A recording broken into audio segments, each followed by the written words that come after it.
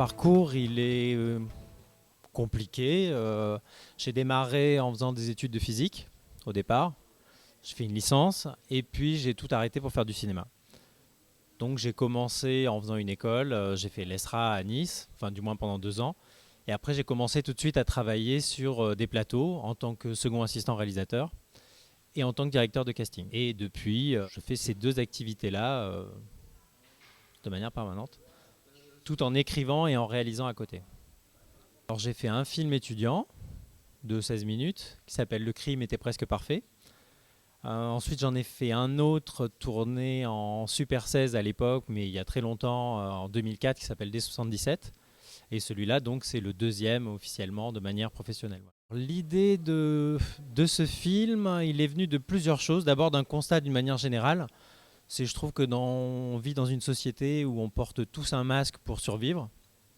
Et on a tendance souvent à se cacher derrière pour, plutôt que de prendre le risque et de bousculer notre quotidien.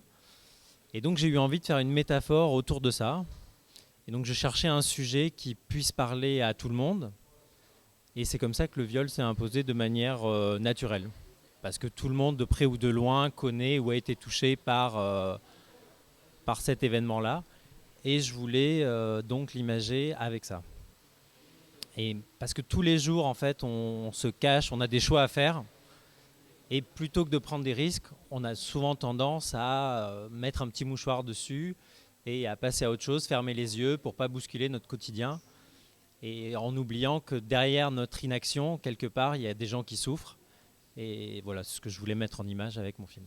C'est un film qui est compliqué à monter, déjà de par le sujet, qui est pas simple à financer non plus, mais qui s'est fait donc avec très peu de moyens, très peu de personnes. Le financement, en fait, c'était simple. J'ai pris ma carte bleue, je suis allé à un distributeur et je l'ai financé comme ça. Le film coûte très peu d'argent au final. Le budget, il a dû me coûter à peu près entre 1200 et 1400 euros. Donc ça reste un tout petit budget. Et après, j'ai trouvé des moyens pour que ça ne coûte pas plus cher que ça, quoi. Une des anecdotes aussi qui pourrait être marrante, si on peut parler de marrante dans ce film, c'est quand on tournait donc, dans les toilettes du Pathé Masséna à Nice, on tournait les scènes du viol et en fait, on avait le cinéma à disposition, enfin les toilettes à disposition de 8h du matin jusqu'à 13h. Or, le cinéma ouvre à 10h30 et quand le cinéma ouvre, ils sont obligés de mettre la radio un peu partout. Donc nous aussi, dans les toilettes, on avait la radio. Et donc quand on doit tourner ce genre de scène avec les pubs Conforama ou autres, ou de la musique plutôt joyeuse, ça crée un décalage qui n'était pas toujours simple. Et là, c'est à mettre à l'honneur des comédiens qui, malgré tout, ont réussi à passer outre. Ça, c'était particulièrement pas simple. Et des fois, ça a été drôle. J'ai pas gardé la radio dans le résultat final. Il valait mieux. Mais j'ai fait ce qu'on appelle un... Alors, Baptiste, qui travaille sur le film, a trouvé un terme que j'aime bien, un filming off. Pas un making off, mais un filming off. En fait, où j'ai pris les chutes de tournage. Parce que maintenant, on tourne en numérique, donc on déclenche de plus en plus tôt la caméra et on l'éteint de plus en plus tard. Et il se trouve que avant de dire action et après avoir découpé, de temps en temps, il y a des choses qui sont intéressantes à montrer.